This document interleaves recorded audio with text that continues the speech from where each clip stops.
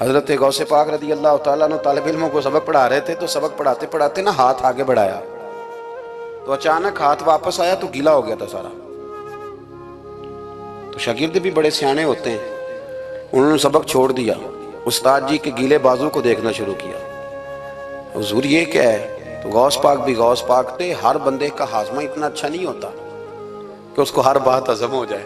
کئیوں کو بد ہضمی بھی بڑی سخت ہوتی ہے، کھٹے کھٹے ڈکار آتے ہیں بات سن کے، کانوں سے دھواں بھی نکلتا ہے کئی دفعہ۔ تو انہوں نے پوچھ لیا فٹافٹ کہ حضور یہ کیا ہوا؟ تو غوث پاک کو پتا تھا کہ سب کا ہاضمہ ٹھیک ہے۔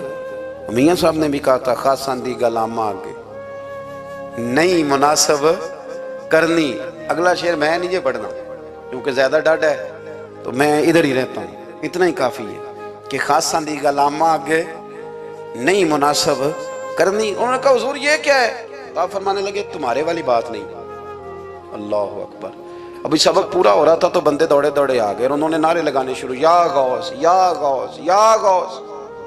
لوگ کہتے ہیں غوث پاک سے ملتا نہیں، میں کہ ٹھیک ہے انہوں نہیں نہ ملیا، جنہوں ملیا اس تے رولا پانا نہ بڑا ملیا ہے بڑا ملیا ہے بڑا ملیا ہے، اپنا اپنا معاملہ نہ۔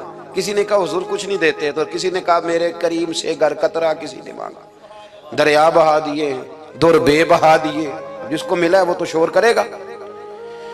تو تھوڑی دیر کے بعد ہی بندے پہنچ گئے، انہوں نے آ کے یا غوث کے نعرے بھی لگائے، وہ مچلے بھی، وہ روئے بھی، وہ قدم بھی چومے، اپنے مقدر پہ ناز بھی کیا۔ شکر ہے اللہ کا، اللہ نے ہمیں آپ کا غلام بنایا، شکر ہے۔ تو طالب علموں نے پوچھا ہوا کیا؟ کہنے لگے کشتی میں بیٹھے تھے تو ڈوبنے لگی تھی، تو ہم نے کہا کہ ہم تو غوث پاک کے ماننے والے ہیں۔